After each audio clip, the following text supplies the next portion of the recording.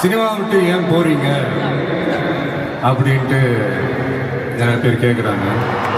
எனக்காக எல்லாத்தையும் விட்டு கொடுத்த என்னுடைய ரசிகர்களுக்காக நான் சினிமாவையே விட்டு கொடுக்கிறேன். எனக்குன்னு ஒண்ணுனா வந்து தியேட்டர்ல நிக்கிறாங்க, நாளைக்கு அவங்களுக்குன்னு ஒண்ணுனா அவங்க வீட்டுல போய் நிக்கணும்னு நான் முடிவு பண்ணிட்டேன். இந்த விஜய் சும்மா நன்றின்னு சொல்லிட்டு போறவன் கிடையாது, நன்றி கடனை தீர்த்துட்டு தான் போவான்.